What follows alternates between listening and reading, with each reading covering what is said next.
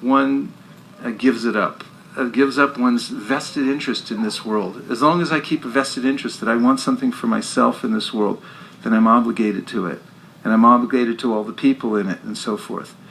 But this surrender is so sublime and so sweet that by this one activity of surrendering to Krishna, one becomes free. So Devarshi Bhutatna Nrinam Pitranam Kinkro Nayam Nrani Charajan Sarvatmanaya Sharanam Sharanyam means that if you give your whole heart and soul to Krishna, to Mukunda, then no longer do you have any debts in the world and you become free from the obligation. And this verse, Naiva Tasya Kritenarto, Na Kritine Akashchana, it points out how important the Atma is. The soul is the most important part of this world. In fact, everyone's mad after so many things in this world, going and looking here and there, situations, trying to find a way in which to get some happiness or some peace. And observing how one can get the most value in this world. But here, Krishna is pointing to the fact that the Atma is the most important cause. And the most valuable asset we have is us. We are the most important commodity. It's already us. And if one becomes dedicated to that cause, what Krishna is saying here, you're no longer obligated to all these other causes. No longer obligated to the material desires that harass one and say, you need more, you have to have the latest style, or you have to live it a certain way. One becomes satisfied. One who takes to the process of Krishna consciousness becomes satisfied in himself, internally. And then is no longer obligated to the material desires, because he or she has a higher taste. And also, in the scheme of the way the universe works, one who's working for this highest cause of the Atma and the Supreme, and dedicating oneself to the Supreme Atma, Sarvatmanaya Sharanam Sharanyan, surrendering himself to the Supreme Atma, then no longer is there a debt. All the other debtors are kept at abeyance. Just like when you become so much in debt, then you can't handle it anymore, you have to go to court and declare bankruptcy. And there, before the judge, you say, I'm at your mercy. I have a plan to get rid of this, but I can't deal with it myself. It's too big for me. And you put yourself at the mercy of the court, and then the court protects you from all your debtors. And similarly, Krishna is saying here, here's a loophole in this whole mess. You've got so much debt, you'll never pay it off. And it's going to go on and on and on. In fact, the Yoga Sutra explains how there's storehouses of debt. We can't even use it all up in this one lifetime. There's warehouses waiting for you, for more karmic debt waiting. Next life, next life. Some of it hasn't even fructified, some's in seedling form waiting to manifest later on, creating so much debt in the past, at the present, and it'll manifest in the future. So by surrendering to Krishna, there's an immediate relief from this. And Rupa Goswami describes in the Nectar Devotion that the cause for all suffering is ignorance. Ignorance means ignorance, ignoring Krishna. So bhakti, this surrender, unconditional surrender to Krishna, solves that problem, and one begins the process of pure devotional service.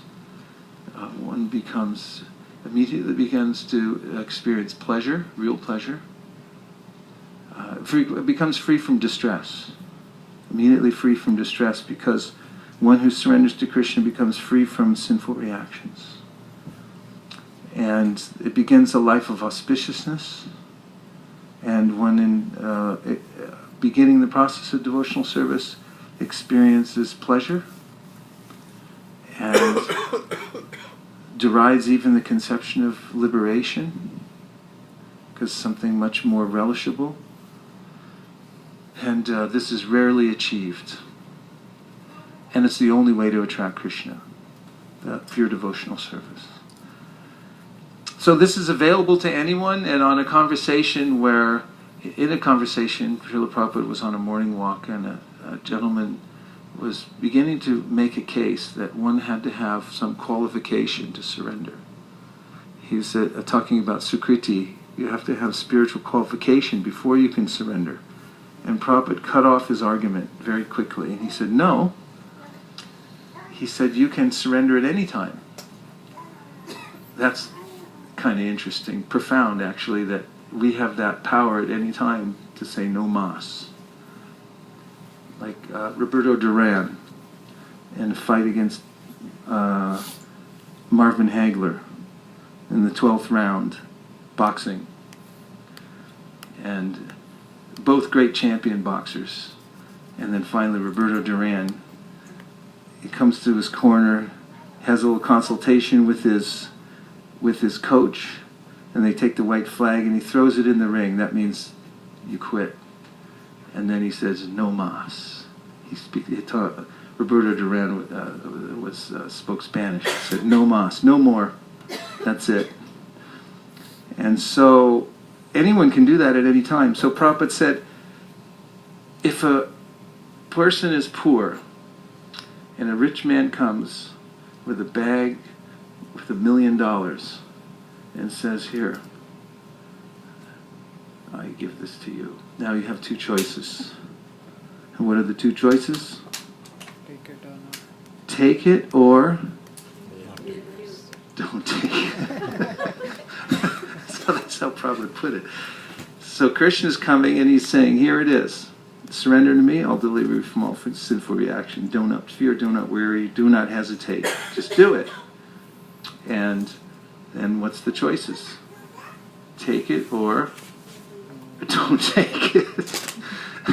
And then another time Prabhupada said, if a man comes and he sits down, opens his briefcase, and then says, I will take care of all your affairs.